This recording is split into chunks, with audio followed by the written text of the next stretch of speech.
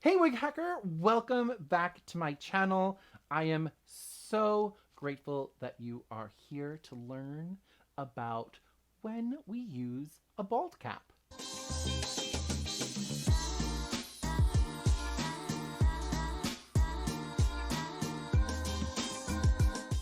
Welcome back. So we're going to dive right in. As always, bald caps. They are a blessing and a curse all in the same breath. They are a blessing because they can make wigs and actors look what we need them to look.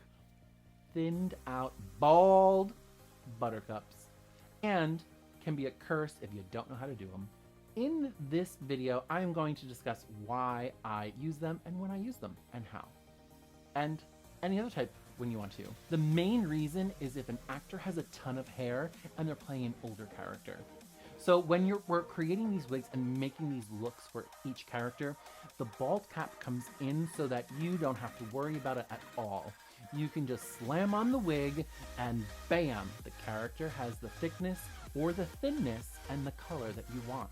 What are the key points of doing this is that you have a clean canvas to put your wig on. You can do a receding hairline that is so flawless and really help create the character so that the audience can come alive and really come along with the story. So when we're telling stories, we want it to be as believable as possible. When you're doing a bald cap, it is basically taking the lace off of a theater front and giving it a television style to it.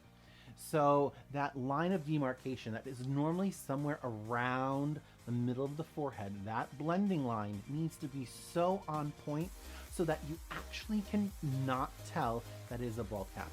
I know in some shows you can kind of see like around the ears, behind the neck, can get a little funky, but sometimes they don't have, one perfectly made for them. So if you're using one that's pre-made, you're gonna want to learn how to blend those edges. Another huge part to take in consideration is your paint job. How does that paint, how does that makeup look on it? Does it look real? Is it authentic? Is it really being seamlessly blended from the forehead down to the skin? Is there texture going all the way through it? These are things that you're going to want to take into consideration. And that's for like an everyday character. So if they're aging, if they're older, another great time to use them is when you're like doing something really spooky. We had a prosthetic made with Louis at SNL. He did these beautiful prosthetics for Vampires versus the Bronx. We had so much fun doing it, and you can see the hairline. So when I designed the character of one of the vampires, he is like the head honcho, and he goes in and out of being a nasty vampire and then being like a normal vampire. But the wig would go on and off all day long to film it. So there was a prosthetic piece that would be a bald cap to cover his whole head. It looks so good. He does an amazing job. Louis really took out all the stops.